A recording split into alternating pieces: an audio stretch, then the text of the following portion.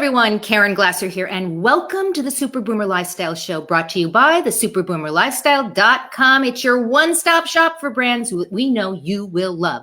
Today, we welcome entrepreneur and speaker extraordinaire, Casey Eberhart, to the show. Today's topic, which I absolutely love, never done this topic before, expectation versus reality, flipping your life script. We have lots to talk about today.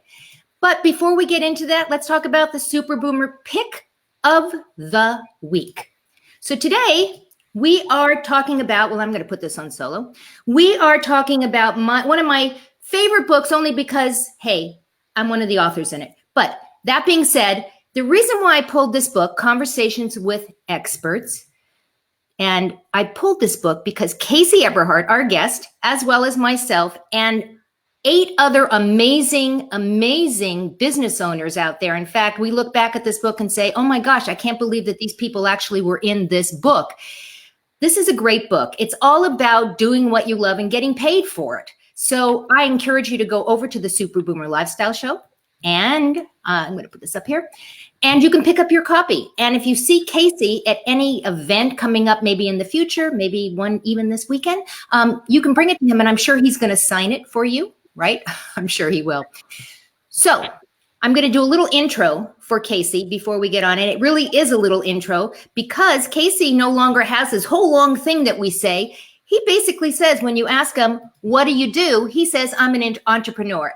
And I'm fascinated by that. And I'm going to bring him in right now because one of the things that is great about Casey is that we have been working together for a very, very long time. And I'm really excited that he's joining us today. So Casey, welcome to the show.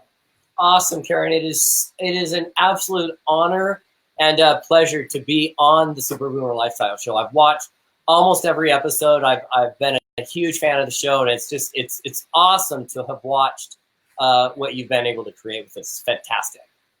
Becky says, hi, everyone. Hi, Casey. Welcome to the show. Thanks for joining us. Becky is an amazing woman out of Long Beach, San Pedro, California. She is up to some big things as well. So, hey, Becky. I'm glad she joined us on the show. You know, the first question that I like to ask all of my guests is, how do you describe a super boomer? Now, I describe a super boomer by what it's not. I like to say what a super boomer is not. We are not defined by our age. We are defined by how we show up in life. That's my personal definition of a super boomer. So, Casey Eberhart, how do you describe a super boomer?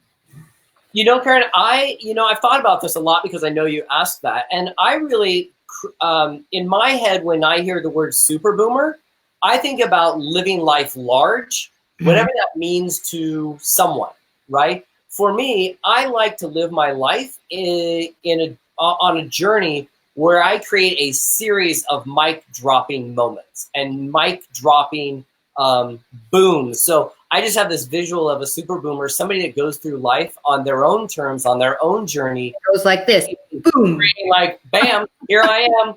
Now look, you're seeing me in your rearview mirror because I'm on to the next thing, or I'm moving forward on the life's journey. You know, we don't have a whole lot of time here, so.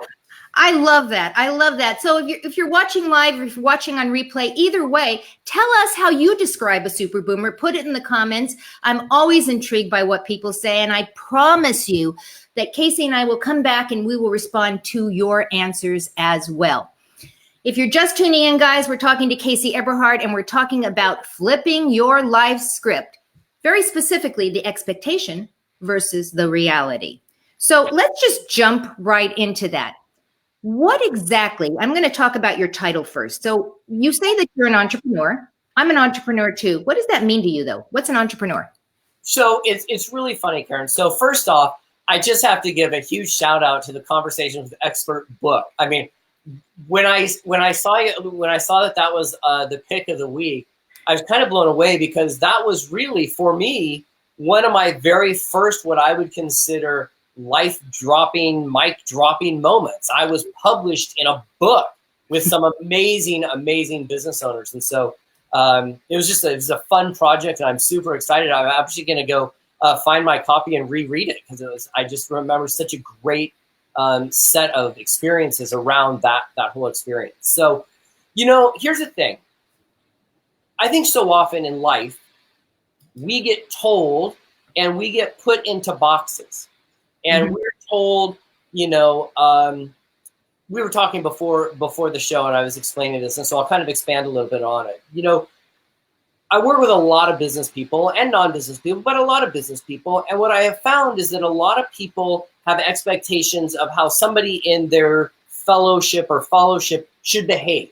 Right. Hear things like focus on one thing, focus, follow one course until successful, right? Or don't stray too far out of this, get in your lane, do only one thing. If you can do one thing for 10,000 hours, you'll be an expert and a perfectionist at it. Well, you know what? Some of us choose to live life a little bit bigger than one thing for 10,000 hours. For me personally, I'd rather do 10 things at 1,000 hours and be 10% successful or 10% fun, or more fun having a broader range of the journey, right? I totally understand that, and I used to call people accidental entrepreneurs because it's what you called yourself when you were out of work. Exactly. It's much like calling yourself a human.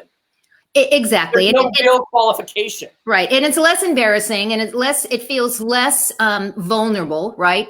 Oh, I don't work. It's better to say, I'm an entrepreneur and I'm discovering what I'm going to do next. But that's not what you're talking about here. That is not what you're really describing as an entrepreneur.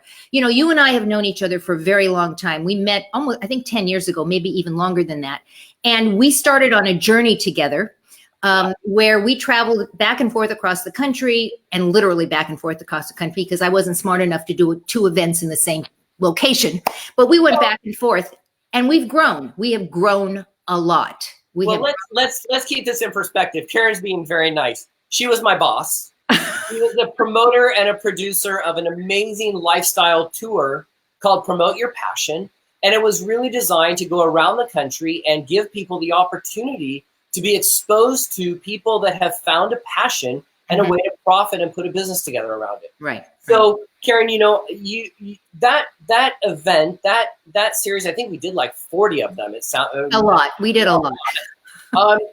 And yeah, did we make some mistakes along the way? Perhaps, but it was all, we created a mic dropping moment at every city we went.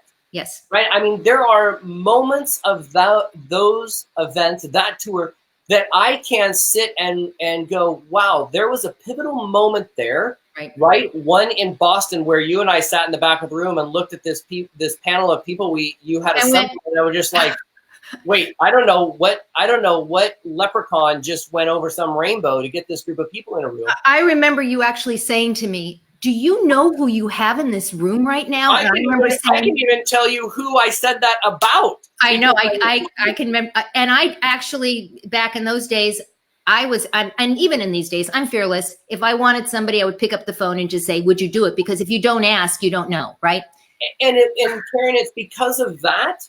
I can even remember being in Boston where we had there was a guest coming that I was blown away from. And I literally told you, I'm like, your show no longer matters. I'm in audition mode. I auditioned for an entrepreneur that was in the room. And because of that one audition, yes, 10 years later, I can trace that back to a huge chunk of business, but some of the relationships I've had have been giving me the opportunity to speak in front of literally tens of thousands of people because of that one moment. So when you say I should have been smart enough to do it in 2 or 3 events, I'm like, I'm glad you were an idiot because at the end of the day, what you did and what you created was the ability for people all around the country to have and engage in a mic dropping moment. And so I'm proud of that. Yeah, I'm proud of that. And obviously we got, as we petered out to the very end, it wasn't even a petering out. We did a Promote Your Passion cruise, and we had, I don't know, 55, 60 people that were on this cruise, business owners that came on to do this. Yeah. So let's talk about. I want to make sure I answer your question. So when I hear entrepreneur, Caren, what that means for me is that I can live a life of having it all. And I can have people in my space also be people that want to live a life of having it all. I run a coaching program right now, and our tagline is from vision to profit, having it all. Right. And so what that means to me as an entrepreneur is it means, excuse me, if I want to one day talk about cryptocurrency, awesome. If I want to talk about real estate investing, Right. awesome. If I want to engage in a network marketing opportunity, awesome. But it's really about creating that journey of having it all versus being put into one box, you know, doing the best free throw or the best whatever. So when we talk about the expectation versus the actual reality, I'm sure that our listeners, I'm sure that you have, you know, thoughts that fall right into that. I know I do. We're going to talk about a couple of them. But I think that as we go through life, we have expectations. We think that certain things are going to happen, right? There's an expectation. And then the splash of water on the face when we realize, okay, it was an expectation, but that's not really the reality. And I think as we get older at different stages, and it doesn't matter how old it is, at different stages, when you turn 30 or 40 or 45 or 50, or I'm going to be 63 next week. As you get older, you look at everything and you go, oh, I expected it to be like this, but here's the reality, right? I mean, I have a situation that very few people are aware of. About 6 weeks ago, I lost vision in my right eye. I still have no vision in my right eye. And I had a choice to make at that point because my expectation was nothing like that happens to, you know, I thought the worst thing that was going to happen to me as getting older was that my hair was going to be gray, right? And here I had this thing. I had to push through it, and I decided I wasn't going to let it define me. So how about you? The expectation versus what the reality actually is. Yeah, so I'm, you know, it's very funny. I look at my life really as only one movie, right? I don't look at it as different chapters. I don't look at it as different. I really look at it as one long-winded, several intermissions of one movie. And one thing I learned early on in my life was, and I'll paraphrase it, but it's kind of how I've tried to live, which is that expectations are resentments under construction. And so, and I actually picked that up from a 12-step program called Al-Anon, like in the way back machine. And I'm maybe you know, I think there's a lot of lessons that can be learned from spiritual and religious and gurus and all of that stuff. And when you realize that expectations set yourself up for the reality, and that reality may not match up to your expectation, that's where you get yourself into quagmires in how we think. I'm a failure. This sucks. I wasn't expecting this. This isn't how my life's supposed to turn out. You know, and so if I take that kind of thing of expectations are resentments under construction, and then I also practice a process that I actually train into our Platinum Inner Circle members, and that is, how fast can you get off it? Right? Which means that when something changes or that expectation versus reality aren't exactly the marketing message match, how fast can you get off it and be able to pivot and go, okay, that wasn't what I expected. I lost vision in my eye. Well, that's going to make it hard for me to 1, 2, 3, 4, 5. Right. Great. I can have a pity party. Go get yourself some cupcakes and go get yourself some crepe paper and stream it around. Right. You know, how fast can you then go, okay, great. Now here's the new set of cards I've been dealt. Exactly. Or here's the new reality. So as long as we can continuously work on trying to live in the reality versus the expectation, we should be okay. You know, when I look back at when I first started in this game of business, you know, I became pretty successful in several different. Well, you mentioned movies. You're an Academy Award winner, for God's sake, guys. I know. Whether you're listening now on replay, we're talking to Casey Eberhart, who. He started in the movie industry. Well, actually, he didn't start in the movie. You started in the amusement park industry, and you won an Academy Award for becoming John Malkovich. So you being John Malkovich, but yeah, him, yes. But you got an Academy Award for that. Yeah. And when you said movie, that actually, I wanted to say that earlier. So here's the thing. I mean, did you have an expectation back in the day when you were doing movies that this is what you were going to do moving forward? Or did you know back then that you were going to continually reinvent yourself? Caren, I can go back to 5 years old, and nothing where I am today, I had any expectation of. I didn't have when I was when I was taking raft rental tickets and selling lockers at an amusement park, I didn't have an expectation that I was going to end up being in charge of the joint. When I was in charge of the joint, I didn't have an expectation of having it get bought by a new set of owners. I didn't have the expectation that when the park got sold, that I was gonna, I mean, at that point, I kind of knew that I was gonna move to Los Angeles, but I didn't know what I was gonna do. I rolled in here. I didn't know I was gonna be working in the movie business. I didn't know 2 years later I would be asked and honored to become part of a team that was gonna make history on a lot of levels in the film business. I didn't understand, I didn't get caught up in thinking that there was so many paths laid out in front of me.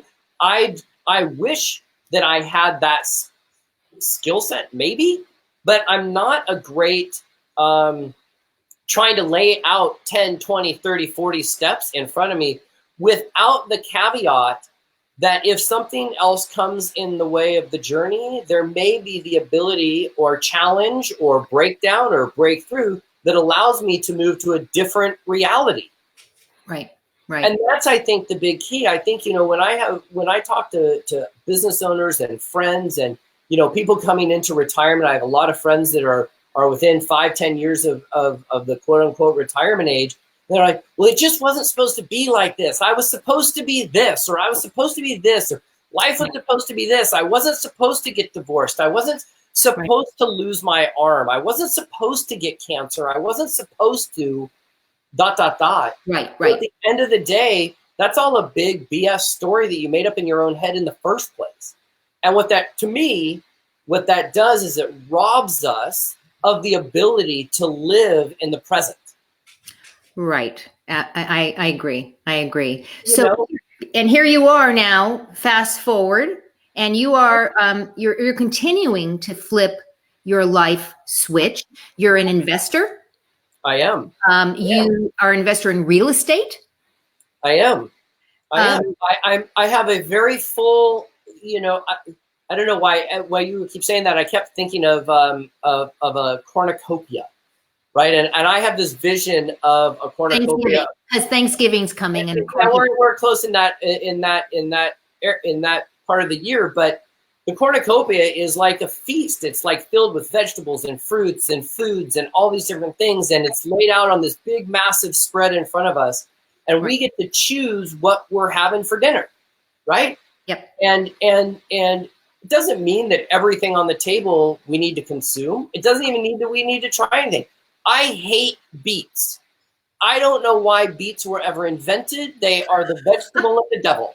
But I know that I have the ability to have beets. I hate olives. I think olives are one of the... Let's be real, Casey. I can make a list of things that you don't like, including... Not a ton. Shredded lettuce. Shredded lettuce. Now, here's the weird thing. I can sit and say I hate shredded lettuce, but at the end of the day, watch me eat a salad. A salad shows up, and then I shred it myself. So I'm a weirdo. I don't know what Go figure it out. Go figure you out. Good luck. But you know, every once in a while, if somebody puts enough olives in front of me, I'm going to at least try it to reinforce the fact that I either like them or don't. Right. And I think with life, that's part of the challenge is I think sometimes we are so quick to block things off and not take a look and not stay open to opportunities and not take, and I don't even mean opportunities just in terms of, you know, here's a financial opportunity, a love or a dating opportunity. You know, I have friends of mine that have very non-traditional sex lives and non-traditional families. Mm-hmm. And it's always interesting to me that they all feel like people are putting them in a box. And I think sometimes we as a society, we're so trying to put people in our own layer of boxes, and it just doesn't serve anyone. It's like, look, I think it's fantastic. If somebody wants to do something and it's between consenting adults and it works for them and it works for their lifestyle, and it allows them to increase the happiness and right. their own mic dropping journey, then you know Their what? life. It's awesome. Their life, right? It's their reality. It's their life, not anybody else. Exactly. And you know what? That's where, on the flip side of that, I think sometimes we have our own expectations, and I think the faster we can remove expectations, doesn't mean you have to remove hope. You know, although I will tell you that hope, I don't think hope is a strategy, but I think sometimes we have so let our lives be consumed by not only our expectations of other people, our expectations of ourselves, but trying to fulfill the expectations of other people, our parents, our friends, our family, our mentor, our coaches, our CEOs, whatever, have of us, that it really just, it gets all muddy, and all of a sudden you just find yourself going, I'm in an unhappy marriage, or I'm in an I'm in a network marketing business I've been for 10 years that I should have left a year into it. You know, right. I'm in a real estate deal that I shouldn't have been a part of, or I should have never said yes. The shoulda, wouldas. The shoulda, wouldas. I think one of the things that I have struggled with in the past personally is I love trying new things, and I love being an opportunist in terms of that I'll jump on an opportunity. So I'm a pretty easy mark. When somebody says, oh, I've got a new opportunity, or I want you to look at an opportunity, I'm a pretty easy guy to say yes. And the fact that you are a speaker on the world stage, you don't just speak here in the States. You just got back from Australia. And you're really like laughing because as soon as we turn the camera off, my jet lag is kicking in so bad. I'm sure. But you speak everywhere. And I think that because you have spoken everywhere around the world, it gives you the ability to look at things maybe differently than those of us who are kind of in our box. I'm in California, in my little box here in California. I don't get out much. I'm an entrepreneur too, and I sit in front of my camera and my desk all day long. So I think it gives us a different perspective. But you also do your own events. Yep. And I would be remiss if I don't mention your Networking Riches, which is you happen to have one that's coming up this weekend. But even if it's not this weekend and you're watching the show, 6 months from now, Casey does these all the time. And even if it's not within where you live, there is still a way that you can get engaged in this, right? If they go to networkingriches.com, you can actually purchase for very little amount of money and a lifetime of experience. You can watch it live virtually right there on your screen. You're going to get recordings. You're going to do the whole thing. And I've been to your events. I've been to them a couple of times. So I know the value that you give. So I encourage people. You don't even have to encourage them. I'm going to encourage people that you need to get your dose of Casey Eberhart, whether it's going to be this weekend or a next Networking Riches, or if you happen to know that he's going to be on a stage somewhere else. What can people expect to get at the Networking Riches? Well, look, Caren, I think it's very sweet of you to say to get a dose of Casey Eberhart. Let's not scare people. I think what it actually, Networking Riches really does is it gives people the ability to learn a system, a way to be on purpose and intentional in building the group of people around you that allow you to move through your journey quicker, faster, and easier, right? So Networking Riches is a tool that you'll learn over the course of a day and a half on how to go into a networking event or a church event, a barbecue, wherever, and be able to be there with intention, on purpose, show up presently, and be able to figure out how to help other folks get what they want. So ultimately, what you're doing is you're building out your own network of valuable resources. And by the way, that can mean a lot of things to a lot of people. So we have people that come through Networking Riches that are, own brick and mortar businesses. We call them bricks and sticks. We've had people come through that are part of network marketing. We've had people that are coming through that are real estate investing, stock trading investing. We've had spiritual gurus come through there. It's really a day and a half event of fun, but it really teaches a purpose and a system and a formula in a world that seems somewhat chaotic, and not a lot of people have kind of cracked the code figuring that out. So all I really am is the key to a lock that will help someone unlock You're the conveyor belt. You bring them to what they need. And Becky says, I also recommend to attend Networking Riches. I've been in the room and you will not believe how much you learn. Thanks, Becky. I know that Casey appreciates that. And I agree with you. It's true. And by the way, it's not an event about Casey Eberhart at all. I can't believe I just used myself in the third person. That's not like a whole nother tool. It's really about arming people that are on this entrepreneurial or business journey, a skill set that I don't think is really taught very well by other folks. Like, I just don't get why we can't live a life of having it all and an abundance mentality and living a life of our own desire and our own making and creating our reality out of our own expectations. And that's what just to finish this thought, when I hear flip the script and I talk about flipping the script, I mean, I can even think about it in terms of whether you're investing in a stock or a piece of real estate. You buy something that needs a little spit shine, you shine it up a bit, you fix it up, it becomes more valuable with a little bit of time and a little bit of effort. That's what it does. Is really about flipping the script, is whatever that is, whether it's a relationship, whether that's a project. How you look at it. It's totally how you look at it. If you're just tuning in right now, we've been talking to Casey Eberhart about flipping the life switch and how expectations versus reality and how it shows up in life. If you want to follow, and I know you do, if you want to follow Casey on Instagram, you can follow him at casey.eberhart. You can also follow him on Twitter at Double Your Check, which is, we didn't even get into that, which is a whole nother conversation. Maybe at another time we can do that. And you can also go to Casey Eberhart's website at www.expandthebusiness.com. You've got a lot of things going on. Any last minute thoughts that you would like to share? Yeah, listen, guys. Our life here on this planet is very, very short. You basically got three things. You got the date you were born, you got the date you were transitioned, right, and you have everything that happens in between. Right. And on our headstone, everything that happens between the date we were born and the date we transition is a little teeny tiny dash. That's it. Half inch. Right. Inch if you're rich because you got a bigger headstone. Right? Our duty, our job, our purpose for being here is to make that dash as thick and as full as we possibly can in the short amount of time we're here.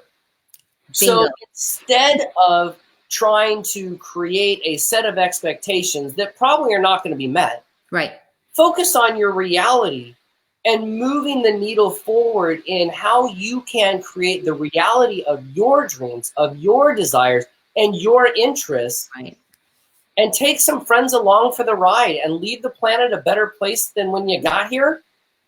Leave your legacy in the things that you stand for and who you've become and what you've accomplished and what you've created, so that the day that you transition, you can go out with one giant mic drop.